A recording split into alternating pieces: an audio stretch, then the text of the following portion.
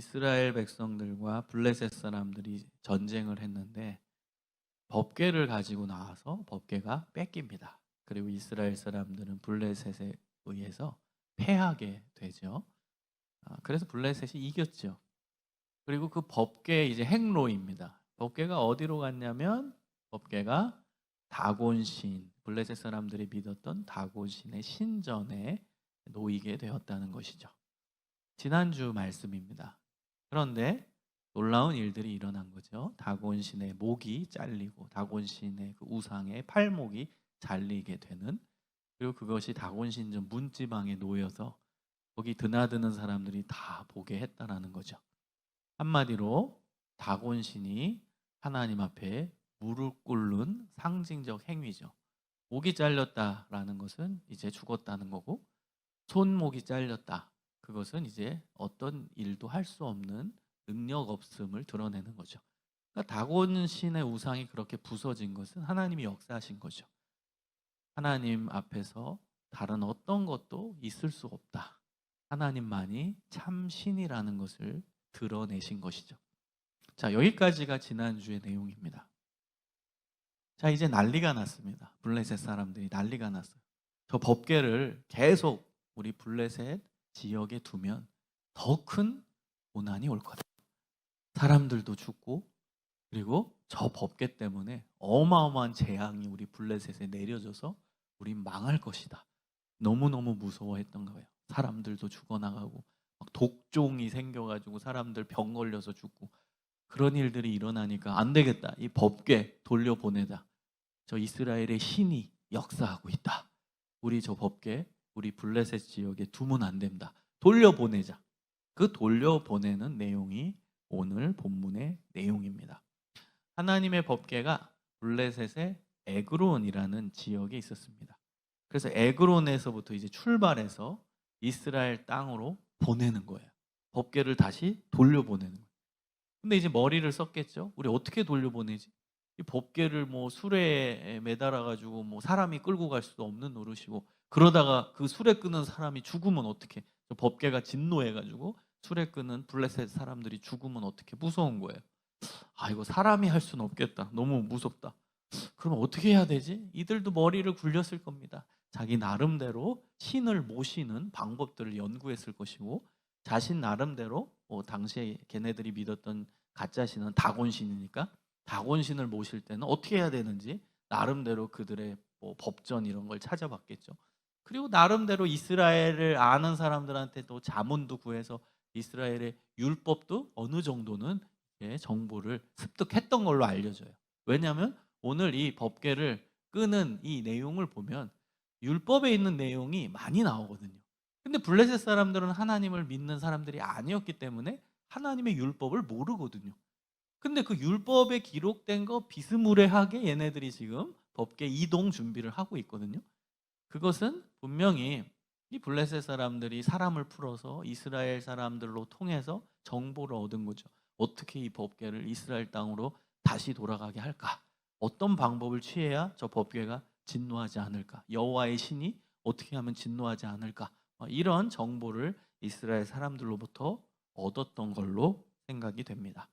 그래서 그들의 방법은 새 수레를 만들었어요. 새 수레. 뉴카트예요. 뉴카트. 새 수레. 한 번도 사용하지 않은 깨끗한 수레. 신상품 수레입니다. 이건 무슨 의미일까요? 세속적인 목적을 위해서 단 한 번도 사용되지 않은 수레라는 뜻이에요. 세상적인 목적으로 한 번도 사용하지 않은 아주 깨끗한 수레. 이게 그냥 물리적으로 깨끗하다는 의미보다는 이게 신앙적으로, 종교적으로 깨끗하다라는 의미겠죠.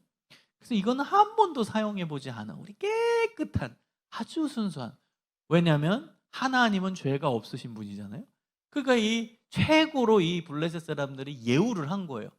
이 법궤, 이들은 이 법궤가 하나님으로 봤으니까 야, 이거 제일 깨끗한 곳에 실어야 된다. 안 그러면 저 여호와의 신이 또 진노한다. 그래서 우리 다 죽는다. 그러니까 깨끗한, 저분은 이스라엘 사람들로부터 들어봤더니 죄가 없는 하나님이시래. 죄가 없는 유일한 분이래. 그러니까 죄가 없는 카트에 모셔야 돼. 그래서 한 번도 사용하지 않은 깨끗한 수레에 이 법궤를 두게 됩니다. 자, 그 다음에 이제 고민을 했겠죠. 그러면 그 수레를 누가 끌지? 사람이 끌 수는 없고, 사람이 끌다가 다 죽을 거고, 어떻게 끌지? 그래서 방법을 찾은 게 뭐냐면, 젖나는 소 2마리를 끌어다가 소의 수레를 메우고 그들의 송아지는 떼어 집으로 보냈다는 거예요. 블레셋 사람들이 머리가 엄청 좋았어요. 엄청 연구를 했겠죠. 그래서 방법을 찾은 게 뭐냐면, 젖나는 소 2마리를 그 수레를 끌게 한 겁니다. 암소라는 뜻이죠. 암소. 젖나는 소 2마리라는 건 암소를 뜻하는 겁니다. 근데 이 암소인데 자식이 있어요. 송아지가 나와요. 송아지, 자식들이에요. 그러니까 일부러 이 자식들을 이제 엄마랑 떼서 그 자식들은 집에 보내고 우리에 가두고 이 엄마만 이 수레를 끌게 했다라는 거예요. 여러분, 근데 이 소는 멍에 매어 보지 아니한 소라고 나옵니다. 멍에 매지 않은, 멍에를 매어 보지 아니한 젖나는 소 2마리, 이렇게 나오는 거예요. 여러분, 멍에를 매지 않았다는 것도 똑같아요.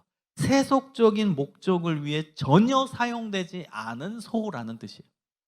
여러분, 소가 하는 일은 멍에를 매는 거거든요. 그래서 짐을 나르는 겁니다. 수레를 끄는 겁니다. 근데 이 소는 한 번도 멍에를 메어보지 않은, 세속적인 일을 한 번도 하지 않은 종교적으로 깨끗한 소라는 거예요.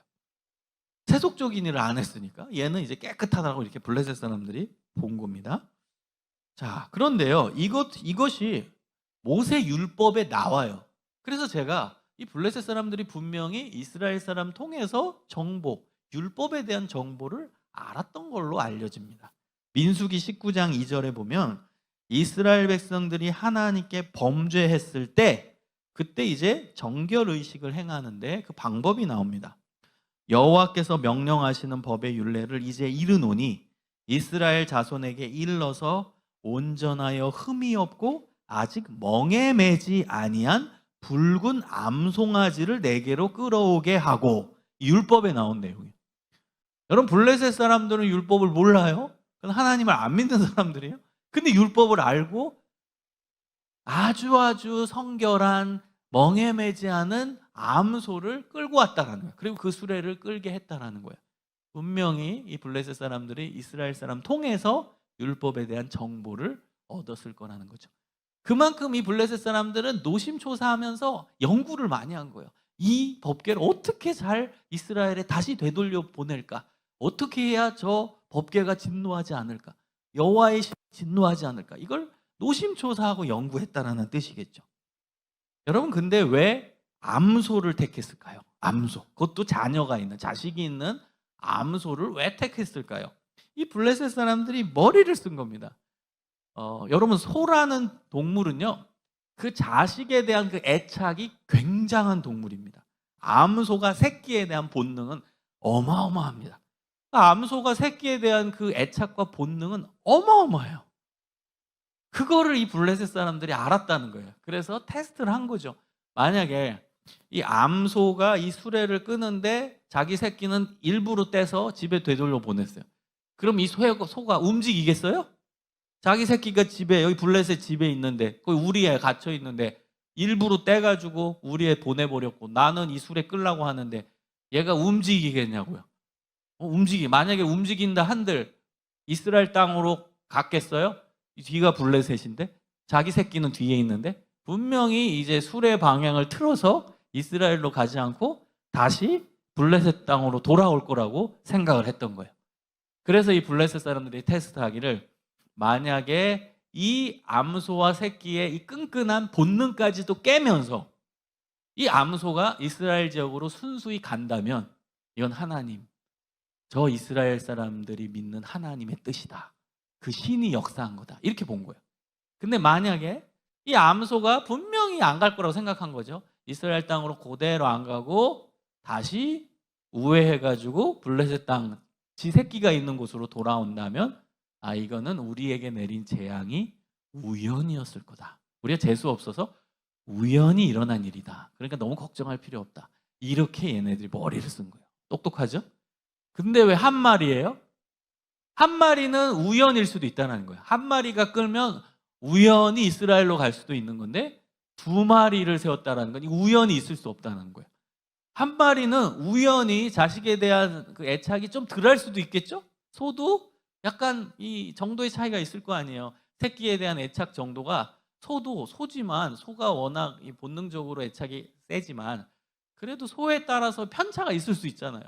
그래서 이 소는 자기 새끼에 대한 애착이 없어서 그냥 갈 수도 있다는 거예요. 그러니까 두 마리를 세운 거예요.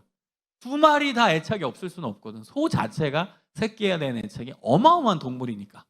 그래서 두 마리를 데리고 간 거예요. 두 마리를 수레에 묶어가지고 테스트를 한 거야. 근데 한 마리는 안 가려고 뒤로 가고 한 마리는 앞으로 가려고 하면 이게 어떻게 되겠어요? 갈 수가 없겠죠. 힘의 균형이 맞춰지는데 못 가는 거예요. 그러면 우리에게 내린 이 재앙은 우연이었구나. 이거는 여호와의 신이 분노해서 역사한 게 아니구나. 이렇게 보겠다라는 거예요. 근데 두 마리가 똑같이 나란히 이스라엘 지역으로 가버리면 이거는 저 하나님의 뜻이었고 하나님이 역사한 거였구나 라는 결론을 가지게 될 수 있었다는 거예요. 그래서 이러한 방법을 쓴 겁니다. 자, 그리고 이제 법궤 안에다가 거의 수레 안에다 엄청난 보물을 금으로 된 거 자기 나름대로 신한테 바친 거예요. 이 블레셋 사람들이. 그래가지고 이제 보내버린 겁니다. 자, 어떻게 됐을까요? 이 수레가 블레셋 땅으로 다시 돌아왔어요? 막 거기서 왔다 갔다 했어요? 아니면 그대로 이스라엘 땅으로 갔나요? 그대로 이스라엘 땅으로 갔습니다. 근데 더 놀라운 건요, 이스라엘의 그러니까 블레셋과 이스라엘의 접경 지역이 베세메스라는 도시입니다. 이 도시는 이스라엘의 도시입니다. 이스라엘의 도시, 블레셋 도시가 아니고. 그래서 베세메스로 가는 거는 그건 이스라엘의 도시로 이제 향하는 거거든요. 근데 블레셋에서 이스라엘의 베세메스로 가는 길, 즉 블레셋의 에그론이라는 도시에서 이스라엘의 베세메스라는 도시로 가는 길이 언덕길이에요. 엄청나게 힘든 길입니다. 언덕길이에요.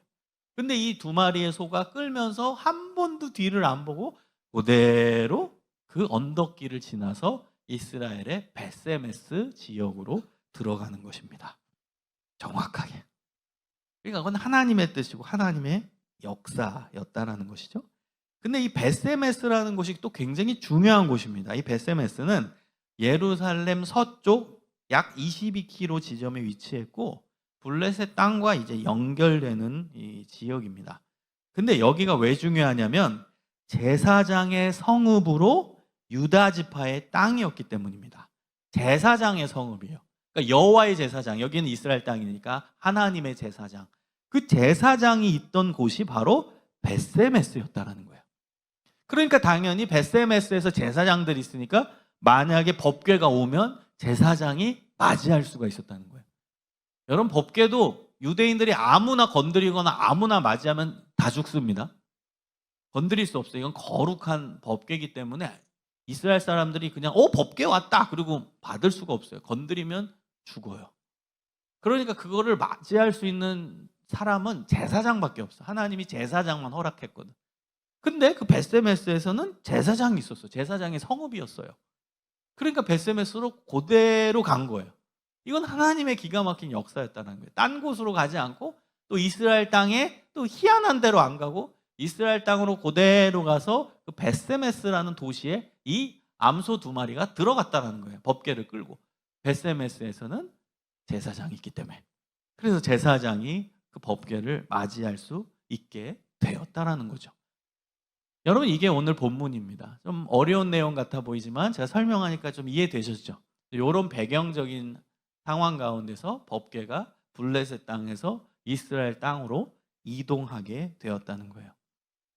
여러분, 오늘 내용을 통해서 한번 우리 자신의 삶을 돌아봤으면 좋겠어요. 그리고 오늘 설교의 제목처럼 하나님께서 역사하시는 그 하나님의 역사를 깊이 있게 한번 살펴봤으면 좋겠습니다. 여러분, 우리 삶에 적용해 볼 점은 뭐냐면 하나님을 믿는 자 한 사람, 여러분 한 사람이 중요하다. 저는 오늘 본문 말씀을 묵상하고 설교를 준비하면서 우리 믿는 자들 한 명 한 명이 너무 중요하다. 지금 이 시대 상황에서는 더더욱 중요하다. 확신을 갖습니다. 여러분, 법궤를 옮긴 수레는 새 것입니다. 그리고 수레를 끄는 소도 멍에를 메어보지 않은 소입니다. 깨끗한 소, 깨끗한 수레. 이게 하나님의 사람이죠. 결국 이 소들은 하나님의 역사의 도구로 쓰임받은 거죠.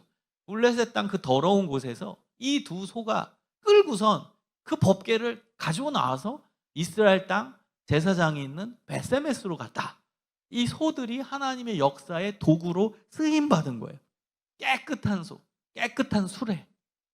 여러분, 이것이 우리의 모습이어야 된다라는 거죠. 깨끗한 수레, 깨끗한 소. 우리 믿는 자 한 사람 한 사람이 되어야 하나님은 역사하신다. 누구를 통해? 그 한 사람 한 사람을 통해. 여러분, 우리가 가져야 되는 자세는 뭐냐면 우리는 하나님의 역사에 쓰임받는 도구라는 사실입니다.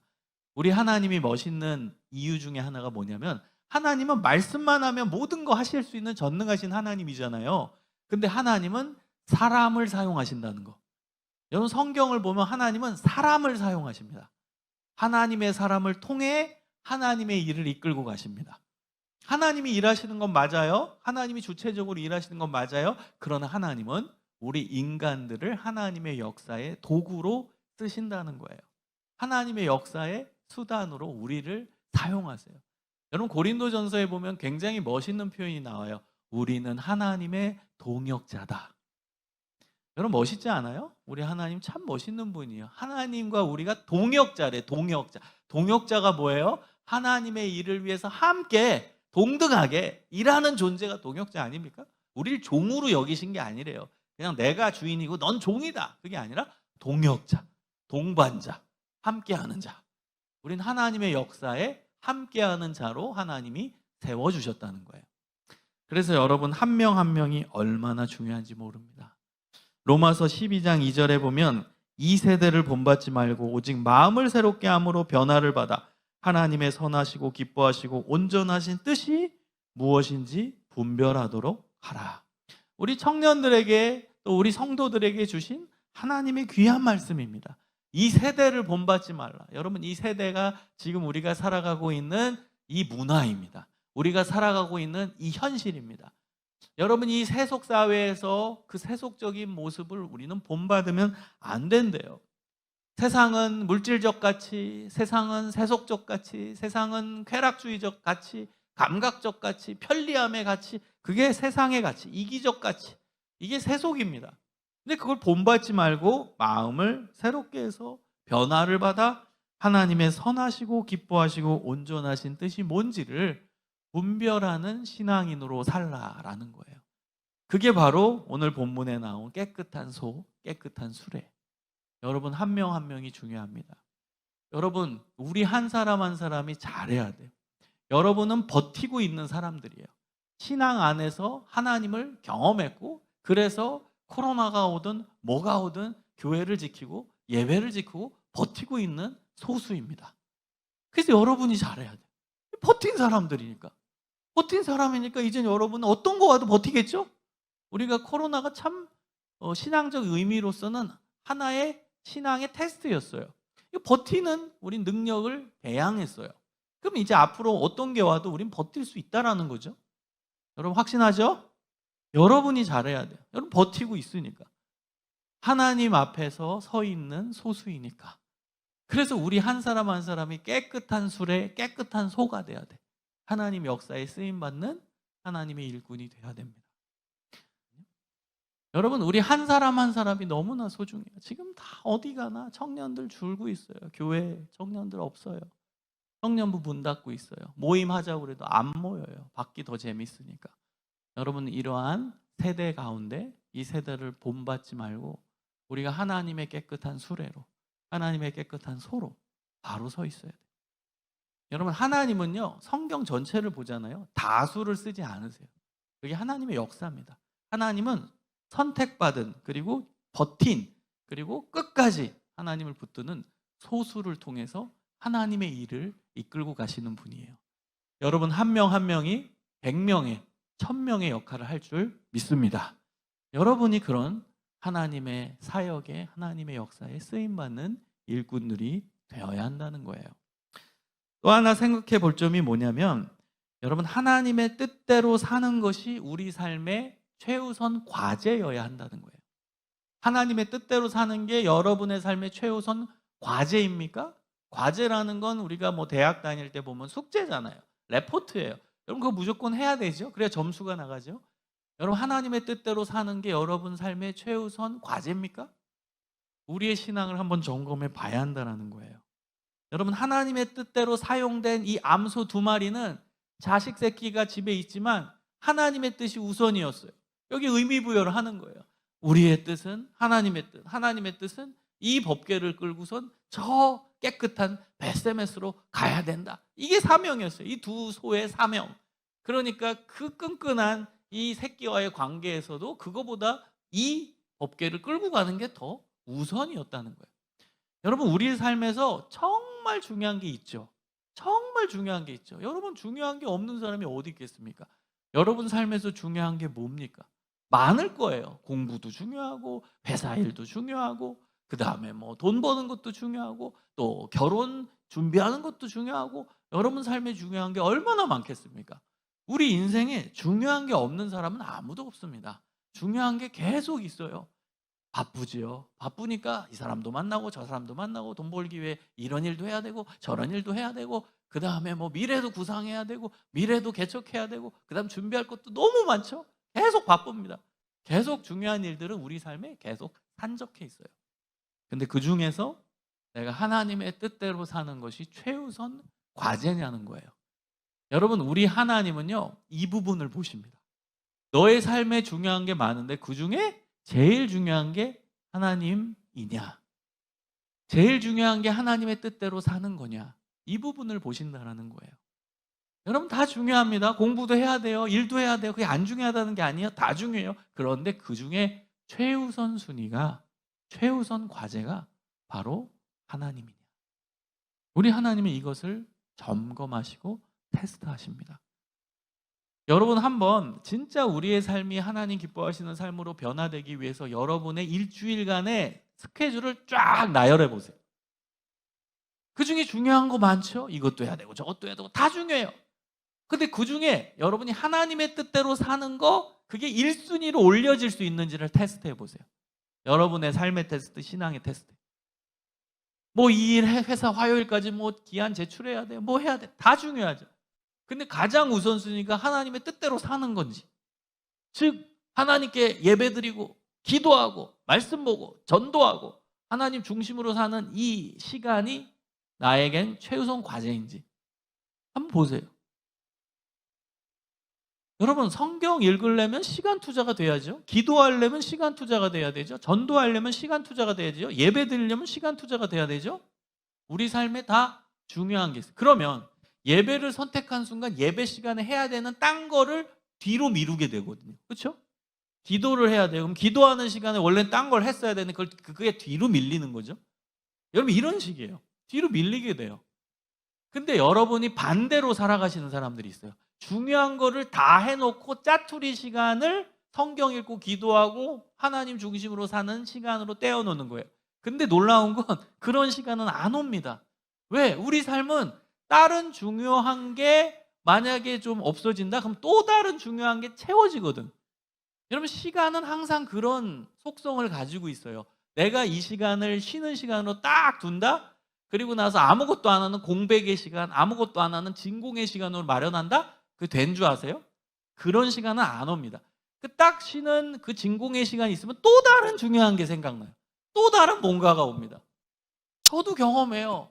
학교에서 정신없이 일하다 보면 1시간 남네? 그러면 이 시간은 정말 뭐 잠깐 쉬어야지. 근데 그 시간이 딱 내 머릿속에 또 딴 게 떠올라. 아, 이거 해야겠구나. 여러분, 항상 시간은 그런 속성을 가지고 있습니다. 그래서 여러분이 여러분의 스케줄에서 중요한 것들을 다 채우고, 그리고 이제 다 하고 나서 이제 성경 보겠다, 다 하고 나서 기도하겠다, 다 하고 나서 뭐 하나님 기뻐하시는 뭘 하겠다, 뭐 유튜브로 설교 영상을 한번 보겠다, 안 옵니다. 그런 시간은 안 옵니다. 여러분, 다른 게 없어지면 다른 게 채워지기 때문이에요.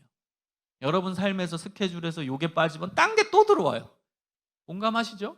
그렇기 때문에 시간의 그 우선순위는 하나님과 관련된 하나님의 뜻대로 사는 걸 우선순위로 일단 놓는 거예요.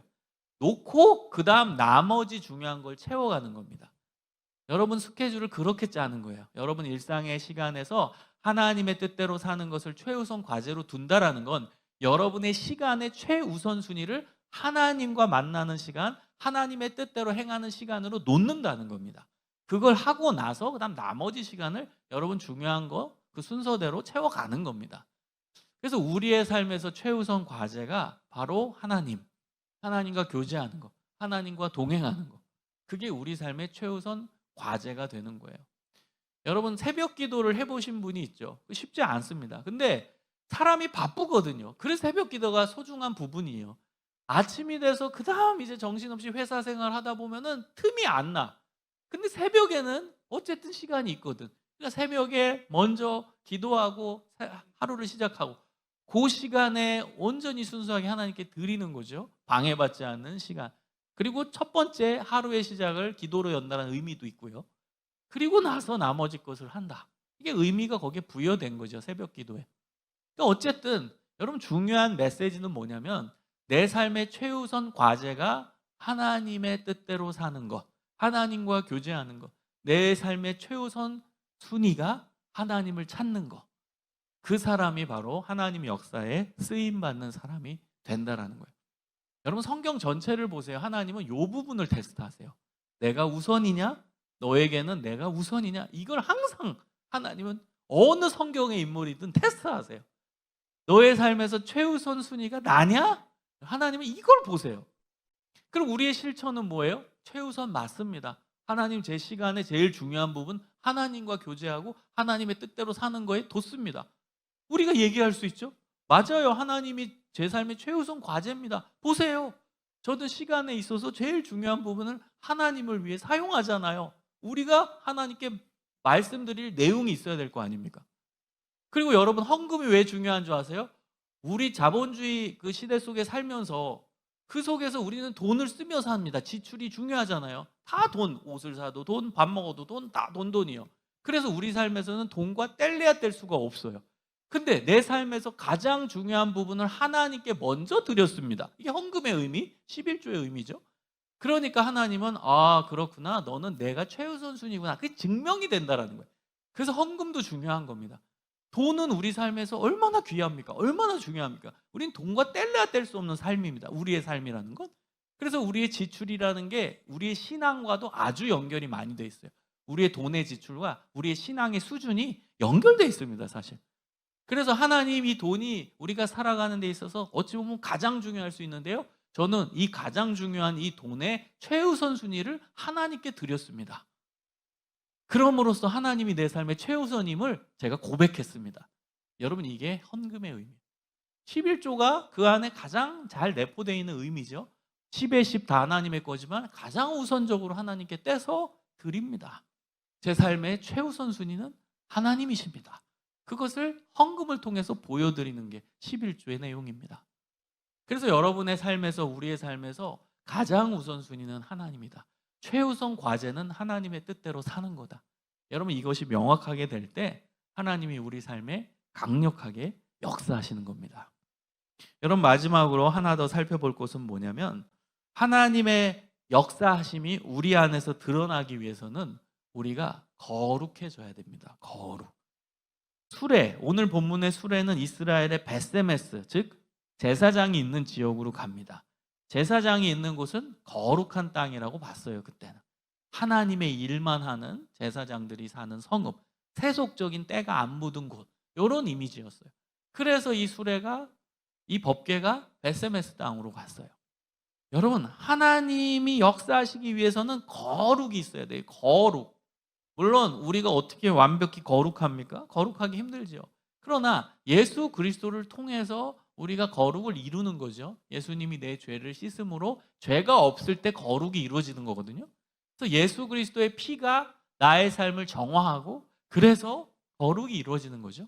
자, 그렇다면 신약과의 연관성 속에서 살펴본다면 어떤 의미겠습니까? 예수님이 내 삶에 계속 역사하셔야 돼요. 그래야 하나님이 강력하게, 예수님이 강력하게 내 삶을 지배하시고 이끄시고 내 삶에 놀라운 은혜로 채워주신다는 거죠. 예수님이 내 안에 계속 계셔야 내 죄가 씻어지는 거죠. 거룩이 이루어지는 거예요. 물론 여러분 지난번에 우리가 성화에 대해서도 공부를 했는데요. 우리는 가만히 있으면 안 돼요. 우리도 노력을 해야 돼요. 하나님은 우리의 노력을 중시 여기십니다. 우리의 몸부림치는 그 모습을 귀하게 보시는 거예요. 내가 거룩하기 위해, 죄를 피하기 위해, 죄를 없애기 위해 몸부림치는 그 모습 자체를 하나님은 귀하게 보세요.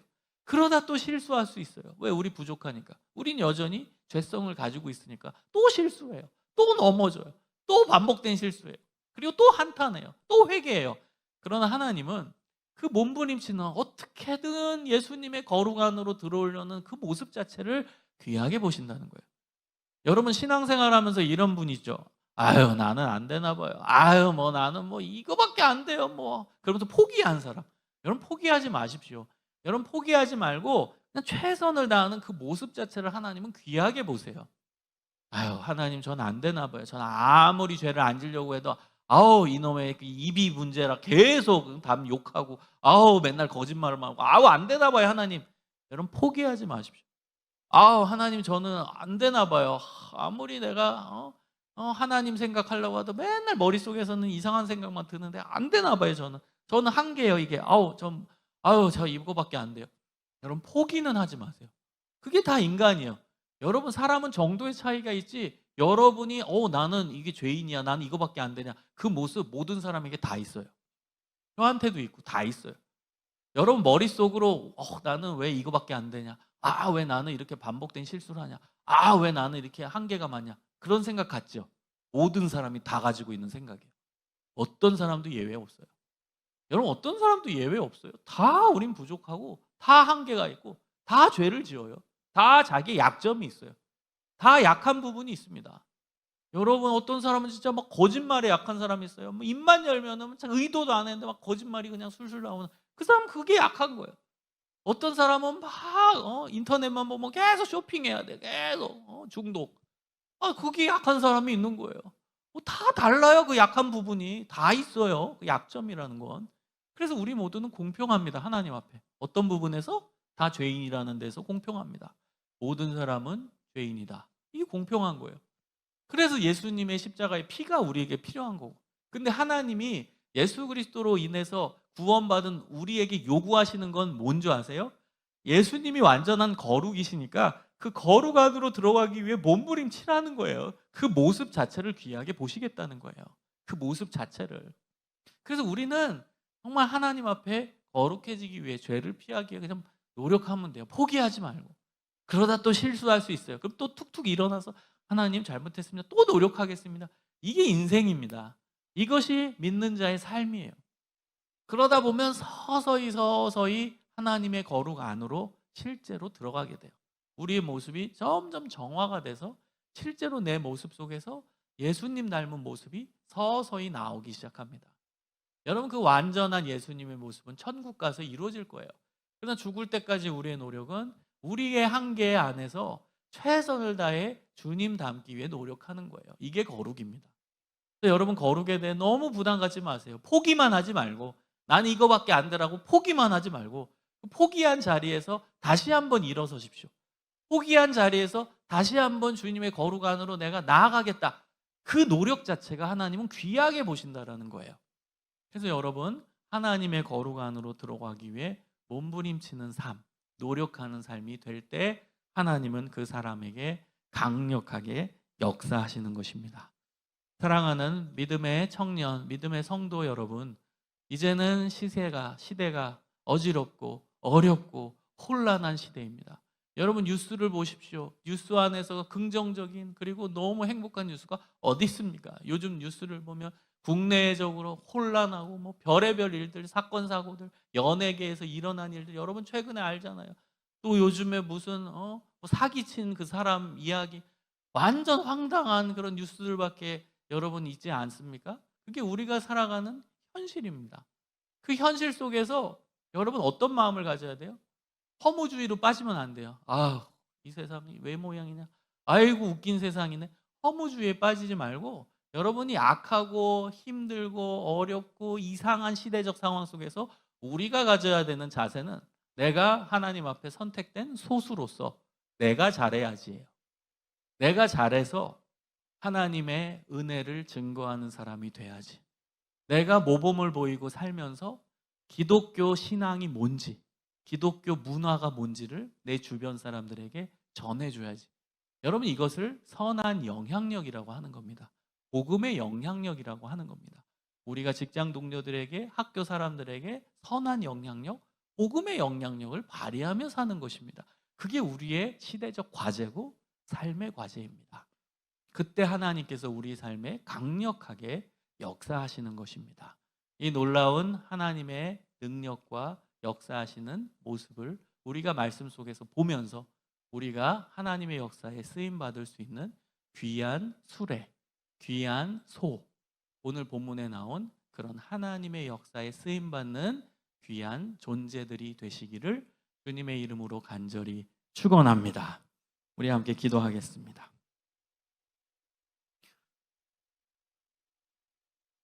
하나님 감사합니다. 오늘 본문 말씀을 통해서 하나님의 역사를 살펴보게 되었습니다. 우리가 하나님의 말씀을 붙들고 하나님의 은혜를 붙들고 오늘 본문에 나온 깨끗한 수레, 깨끗한 소처럼 하나님의 말씀을 우선시 여기고 하나님의 사명을 우선시 여기며 이 시대적 상황 가운데서 오직 복음을 붙들고 하나님의 말씀을 붙들고 하나님의 가치를 붙들고 살아가는 믿음의 자녀들 되게 하여 주시옵소서. 혼탁하고 어지럽고 죄마든 세상 속에서 주님의 거룩을 실천하며 나아가는 믿음의 사람들 되게 하여 주시고 우리를 통해서 우리 주변이 변화되게 하시고 우리를 통해서 우리 주변에 있는 사람들이 예수를 알게 하시고 예수님 안으로 돌아오는 은혜의 역사가 이루어지게 하여 주시옵소서. 감사드리오며 구주 예수 그리스도의 이름으로 기도합니다. 아멘.